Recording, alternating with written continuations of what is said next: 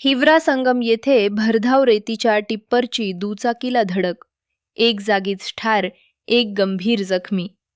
महागाव तालुक्यातील हिवरा संगमजवळ नॅशनल हायवेवर आज शनिवारी दुपारी रेती भरलेल्या टिप्परनं दुचाकीला जोरदार धडक दिली. या धडकेत दुचाकीवरील देवानंद दिलीप दोडके राहणार आंबोडा हा युवक जागीच ठार झाला, तर शुभम उकंडा पाटे गंभीर जखमी झालाय. जखमीला माहूर येथून यवतमाळला रेफर करण्यात आले. टिप्परचा चालक फरार झाला असून हा गुरुवार नंतरचा याच ठिकाणी झालेला हा सलग दुसरा भीषण अपघात आहे.